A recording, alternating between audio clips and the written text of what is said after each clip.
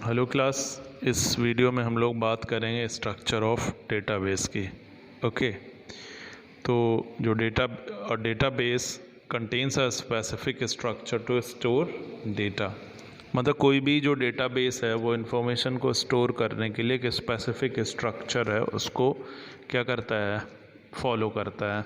ठीक है, तो अब उस स्ट्रक्चर ऑफ डेटाबेस में अगर हम उसके एलिमेंट की बात करें, ठीक है, टर्म्स जो कि यूज़ होते हैं, table, queries, forms and reports. Okay, कोई भी जो डेटाबेस होगा उसमें ये चीज़ें आपको मिलेंगी। क्या क्या?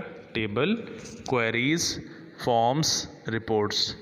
अब टेबल को अगर हम देखें तो उसके एलिमेंट की बात करें तो उसमें फील्ड्स है, रिकॉर्ड्स है एंड डेटा है।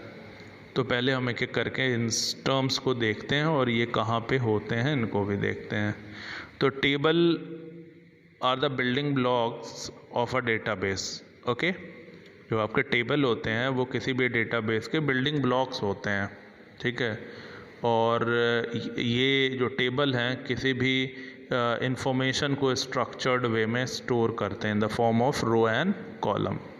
और किसी भी टेबल में जो है finite number of rows and columns आपके मिलेंगे। एलिमेंट ऑफ द टेबल की बात करें तो fields, records and data are the element of a table. तो फील्ड्स होती क्या है? All the column in a tables are called field.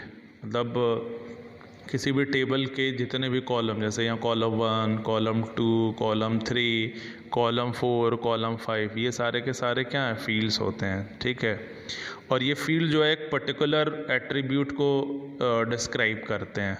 Okay, अब जैसे यहाँ पे अगर हम रोल नंबर की बात करें, ठीक है, मतलब पहले वाले कॉलम की जो है, तो इसमें रोल नंबर है। ओके, तो इसका मतलब इस फील्ड में जो भी डेटा स्टोर होगा वो रोल नंबर होगा। ठीक है, नेम वाले कॉलम में जो है सारा का सारा जो होगा क्या होगा? वो स्टूडेंट का नेम होगा। ठीक है, वहाँ पे इंग्लिश का मार्क्स नहीं होगा।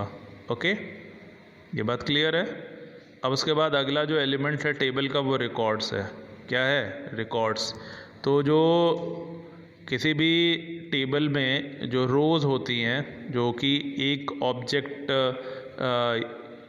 से रिलेटेड इंफॉर्मेशन को स्टोर करती हैं, उनको हम क्या कहते हैं? रो कहते हैं। ओके, जैसे यहाँ पे अगर हम इस वाले की बात करें तो इस रो में एक स्टूडेंट है संदीप, जिसका रोल नंबर 1 है और उसके इंग्लिश, मैथ्स और हिंदी के मार्क्स उस रो में क्या है? टाइप्ड हैं। ओके, क्लियर है ये बात? इस रो में किसी दूसरे का डेटा नहीं होगा, मतलब नितिन के नंबर इस वाले रो में नहीं आएंगे, वो नितिन वाले ही रो में आएंगे। तो रिकॉर्ड्स आपका क्लियर है। ओके, अब बात कर लेते हैं डेटा की। तो डेटा क्या होता है? सेट ऑफ कैरेक्टर होता है। ठीक है, और ये सेट ऑफ जो कैरेक्टर है एक वैलिड वैल्यू को रिप्रेजेंट करता है। क्या करता है? एक वैलिड वैल्यू को रिप्रेजेंट करता है, उसी को हम लोग जो है डेटा बोलते हैं। अब एग्जांपल अगर देखा जाए तो यहाँ पे 1, संदीप, 89, 79, 60, ये क्या है? डेटा है। क्या है? डेटा है, क्योंकि ये एक वैल्यू को रिप्रेजेंट करते हैं। क्लियर? अब उसके बाद अगर यहाँ पे हम देखें तो टेबल में भी इसको देख ले। ठीक है, तो इसमें फील्ड्स जो है, ये जो आपका कॉलम 1, कॉलम 2, कॉलम 3, कॉलम 4 और कॉलम 5 जो है वो फील्ड्स हैं। ओके, और इसका जो नेम है ना, जैसे roll number, name, English, maths और हिंदी, इसको हम लोग फील्ड नेम भी बोलते हैं। ओके, फील्ड नेम बोलते हैं। और यहाँ पे इस वाले रो को छोड़ के ये मतलब ये पूरा डेटा क्या है? रिकॉर्ड्स है।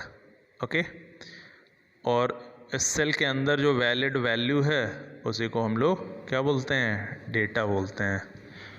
तो ये चीज़ क्लियर हो गई। ओके, अब उसके बाद हम लोग और टर्म्स हैं जो यूज़ होते हैं MS एक्सेस में। ठीक है, that is queries, forms and reports. तो क्वेरीज एक्चुअली है क्या?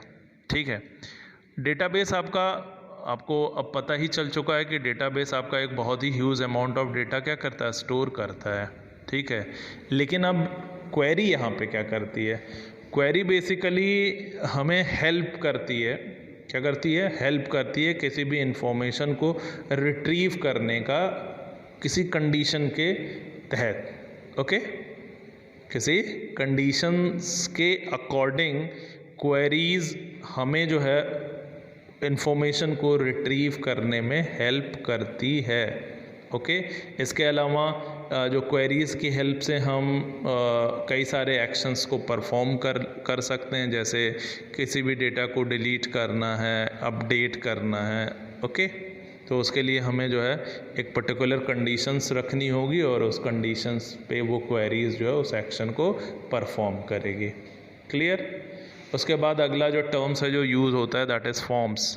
तो forms basically user friendly interface होता है जो डेटाबेस और यूज़र्स के बीच में होता है, और वो आपको फैसिलिटी प्रोवाइड करता है क्या करने के लिए, डेटा को एंटर करने के लिए। कहाँ पे? टेबल्स में, ठीक है। और साथ में ये क्वेरीज़ को भी जो है एक्सेप्ट करता है। ओके, तो यहाँ पे ध्यान आप ये रखेंगे कि डेटाबेस और यूज़र्स के बीच में जो इंटरफेस, जो यूज़र फ्रेंडली इंटरफेस होता है, जिसकी हेल्प से आप डेटा को टेबल्स में इंटर कर सकते हैं, क्वेरीज दे सकते हैं। ओके, उसके बाद नेक्स्ट जो आखिर का टॉपिक है that is reports. Reports basically are used to display selected data in a printable format. मतलब कि रिपोर्ट्स की हेल्प से आप जो है, ठीक है, किसी सेलेक्टेड डेटा को एक प्रिंटेबल फॉर्मेट में क्या कर सकते हैं, डिस्प्ले कर सकते हैं। ओके, तो आई होप ये जितने भी टर्म्स जो स्ट्रक्चर ऑफ टेबल में यूज़ होंगे या होते हैं वो आपको क्लियर होंगे। ओके, तो इस वीडियो में इतना ही।